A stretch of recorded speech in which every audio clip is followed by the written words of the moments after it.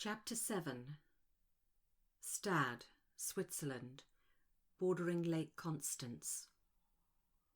It was daytime, not that you'd know that in the Titan facility, which began half a mile underground and continued downwards, incorporating 10 stories of offices, laboratories, libraries, seed banks, and everything necessary to sustain its 300 highly skilled workers in comfort.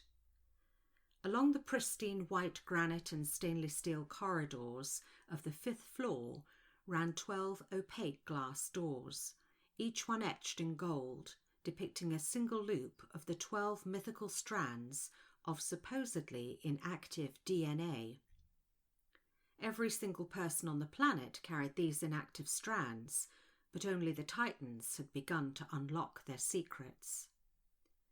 Strictly out of bounds to everyone except when any one of the Titans was in residence, it currently housed a single occupant.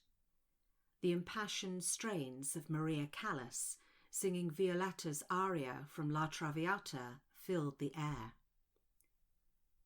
Themis, a Titan in her early 60s, sat alone in the dark, her fingertips arched together in contemplation.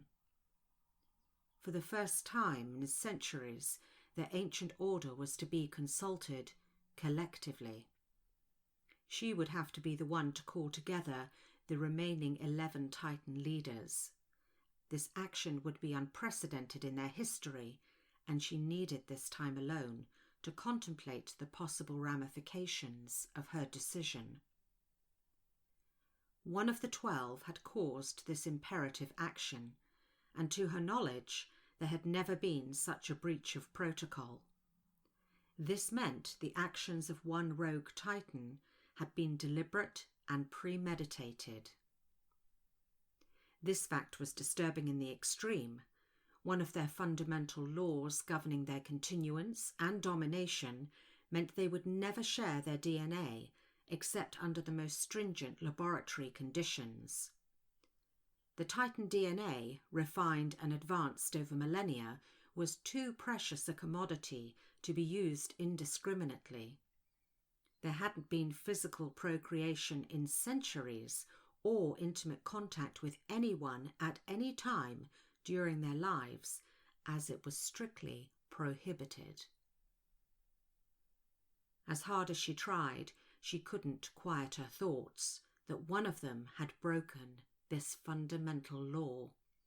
The very idea was inconceivable to her. However, there still weren't enough facts. She needed verifiable data, incontrovertible proof. She suspected any evidence to this treason had been eradicated long ago. The genesis of her doubt had been information brought to her attention from one of the Titan's scouts, Dreadnought, a foot soldier to her number 3, Miss Levi. He was efficient, placed on the front line to deal with all manner of mundane tasks, everything from killing those that infringed upon them, monitoring potential recruits, and generally tying up loose ends. Unfortunately, Dreadnought had developed an annoying habit of stepping outside his brief, as his psychological profile had hinted at. She'd been obliged, due to the implications, to look at the transcript of his taped interview. He'd been given a simple assignment: to attend the graduation of Mr. Phelps's estranged daughter, Monica, and observe, not engage. He'd reported how Monica was brilliant academically, but lacked ambition, according to her professors. What he had intimated was the cause of her concern. Thinking back on the tape of his debrief, she considered his body language. He'd been conservative with the truth. After all, he knew they were always looking for talent, and who better than Phelps's estranged daughter? She certainly had the brains for an operative. Dreadnought's ambitions for his own elevations made her circumspect. He reminded her of a young Phelps, but without the due diligence. Phelps belonged to Hyperion. He'd maximised his potential, but hadn't risen any further up the ranks, his higher cognitive functioning having been deemed too unstable.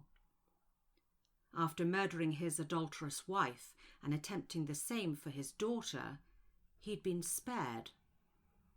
On reflection, the question of why he'd been spared now appeared uncharacteristic. Ordinarily, he would have been immediately terminated. Such issues were kept strictly within the lower levels. Therefore, his clemency had been sanctioned from higher up. She conceded that Mr. Phelps constituted valuable stock, given his years of service, plus his hereditary DNA, which was not to be sniffed at. It had meant they'd kept an eye on Monica for DNA harvesting, naturally. She might still prove valuable to them as the recipient of the Tesla gene. She was already exhibiting higher intellectual functioning. Then Dreadnought had stated something that had solidified her heart, and if proven, would have seismic consequences within their organisation. It had derived from his unsanctioned questioning of Phelps's daughter during her graduation. Themis found its subsequent ambiguity wholly unsettling. He'd stated to his liaison officer that Monica was hiding something, and it was in direct relation to her family, or lack thereof. He'd surmised there was possibly one, if not two, members of her family unaccounted for. As Phelps's name had been deliberately expunged and Monica's last name was shown as Meadows, his report had been flagged for further examination. It had subsequently been pushed up the chain of command until it had reached her virtual desk. Nothing had crossed her desk in years, as she didn't possess one. The idea that something had been missed was ludicrous, impossible.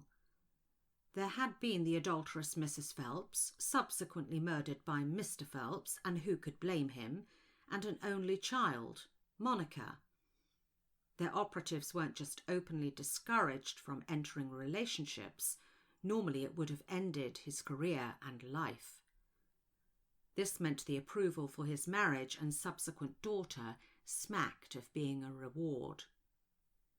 If Dreadnought was right, and there was someone else, why hide them? As she disseminated the information, Themis's steely countenance had dissolved into a hitherto unfelt emotion, anger.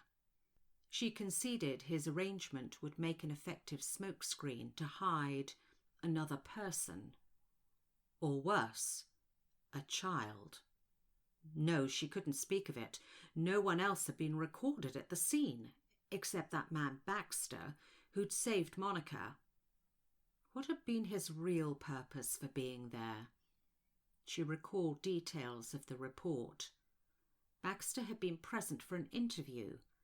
It was plausible. He'd been a valet at the time. But did she now believe that? How does he figure in this whole conundrum? Her stomach churned as his association to Pilgrim took centre stage. Dreadnought's report had automatically condemned Miss Levi's by association. He would have known that. Had he exhibited initiative or ignorance? Maybe he should be sent to question Baxter. Ultimately, the confirmation of what she suspected would have to come from Phelps's lips alone, and it would require a more proficient and practiced hand to obtain the answers she needed. Her thoughts rested on Phelps's personality. He epitomized the Titan soldier who would fall on his sword rather than dishonour their name or divert their purpose. Perhaps she was just seeing something that wasn't there. She thought once more of what lay ahead. It was impossible to ask an innocent question to any one of their number. They didn't entertain such communication between themselves. Plus, they'd naturally make a calculated extrapolation that would prove more damaging.